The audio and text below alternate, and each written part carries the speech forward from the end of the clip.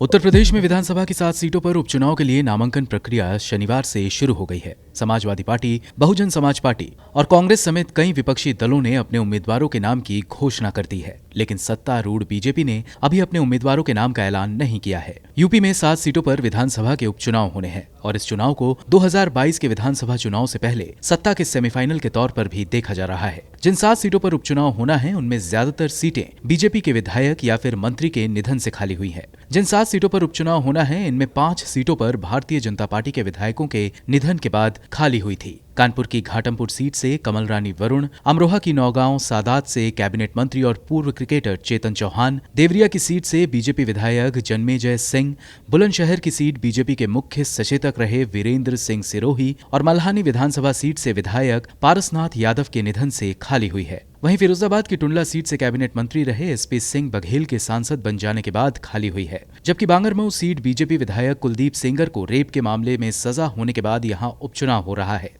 इस चुनावों के लिए समाजवादी पार्टी, बहुजन समाज पार्टी, कांग्रेस और यहां तक कि शिवपाल यादव की पार्टी प्रसपा ने भी कई सीटों पर उम्मीदवारों के नाम का ऐलान कर दिया है, लेकिन सत्तारूढ़ बीजेपी की तरफ से किसी भी उम्मीदवार के नाम का ऐलान नहीं किया गया है। पार्टी के कुछ नेताओं का कहना है कि जो सीटें उसके विधायकों या मंत्री के निधन से खाली हुई है, वहां पर 3 से 4 लोग टिकट की दावेदारी कर रहे हैं, जिसमें मरने वाले विधायकों के परिजन शामिल हैं। और यही वजह है कि पार्टी आलाकमान को भी किसे टिकट दिया जाए, इसे लेकर लंबी माथापच्ची करनी पड़ रही है। अमरोहा की नौगांव सादात सीट से पूर्व मंत्री रहे चेतन चौहान की पत्नी संगीता चौहान टिकट मांग रही हैं, तो वहीं बुलंदशहर सीट से वीरेंद्र सिरोही की पत्नी उषा सिरोही और वीरेंद्र सिरोही के सबसे छोटे बेटे विनय सिरोही भी टिकट के दावेदारों में शामिल हैं। जबकि बांगरमऊ सीट पर बीजेपी के विधायक रहे और रेप के आरोप में जेल की सजा काट रहे कुलदीप सिंह सेंगर की पत्नी संगीता सेंगर टिकट की सबसे प्रबल दावेदार है। वहीं घाटमपुर से कमल रानी वरुण विधायक बनी और फिर कैबिनेट मंत्री बनी। उनके निधन के बाद अब उस सीट पर उनकी बेटी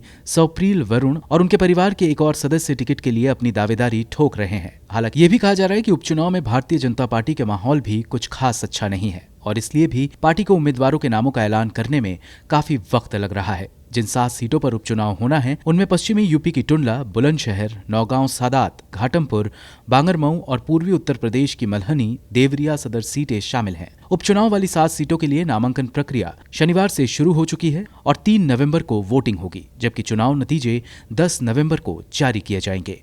ब्यूरो रिपोर्ट, गो न्यूज।